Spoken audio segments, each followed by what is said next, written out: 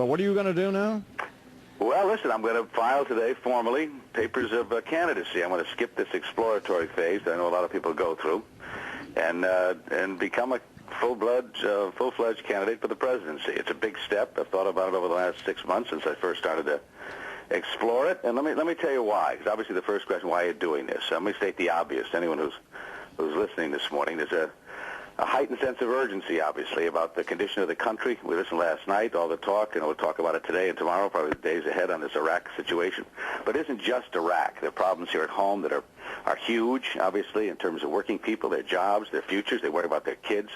I don't want to dwell on that. Let's just say, suffice it to say, I think everyone feels this, regardless of what income level you're in. There's a sense that things aren't going as well as they should, both at home and abroad. I think people do believe we can get this back on track again. I'm an optimist. I believe that it's going to take hard work, but you can do it. You can get us moving in the right direction. I think people are crying out for leadership. They want people who come up with bold solutions on health care, energy policy, environmental questions, education. They want to be told what the truth is. They want to be involved in the decisions. They want to know they can be a participant in getting things right. And you've got to be able to bring people together. Now, I've been here 25 years in the United States Senate. Normally, that would exclude you from even considering higher office, but I think people this time around believe experience matters, that I know how to do this. On every major foreign policy and domestic issue over the last quarter of a century, I've been deeply involved in it. I'll now be chairing the Banking Committee. I'll be the number 2 Democrat on the Health and Education Committees and dealing with issues involving foreign policy. This morning, I'll be sitting next to my good friend Joe Biden on the Foreign Relations Committee, where I've been for 25 years as well. I served in the Peace Corps. Chris Matthews, you're going to have on, as a former Peace Corps volunteer. In fact, I go back to the time where I actually worked with Tim Russert and Chris Matthews when they worked up here in Capitol Hill.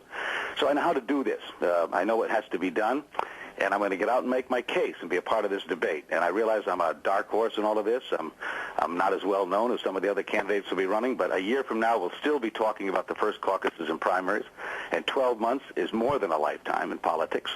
So I decided I wanted to get off out of the bleachers and on the arena floor and make my case and let the American people decide whether or not I deserve to be their nominee and their president. Even people who aren't Democrats and who wouldn't ordinarily support you, I would think, at least my experience in just talking to people, think you're qualified to be the president. I mean, there's some people who run who are not qualified, but I mean, I think it'll almost be a consensus that you are.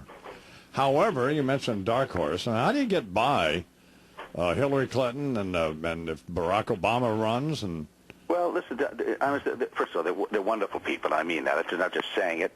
I know them both well. And you mentioned you had Joe on the other day, Biden. There are a number of other candidates out there. Bill Richardson, who you had on, and Tom Vilsack is doing. John Kerry may get involved in the race as well again. John Edwards. John Kerry, and these are good people, and so I'm not going to get engaged in the business of tearing people apart. You're going to have to make judgments about what your experience is, what you bring to the table, what's unique about this.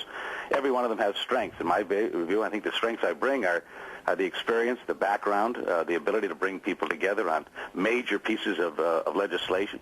Having authored the Family and Medical Leave Act, worked with Republicans over and over again over the years, I have that reputation here, and I think it's deserved based on the accomplishments we've been able to achieve.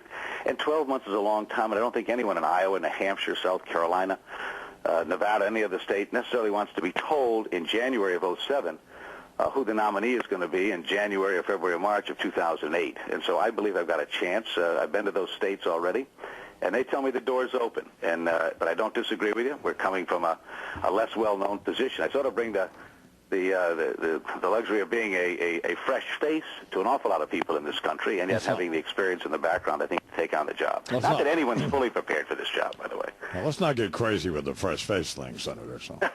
I say to an awful lot of people. Okay. Like with Senator Chris Dodd, who has announced this morning that he's going to file papers to run for the presidency and forego the exploratory committee. Most of these folks do, but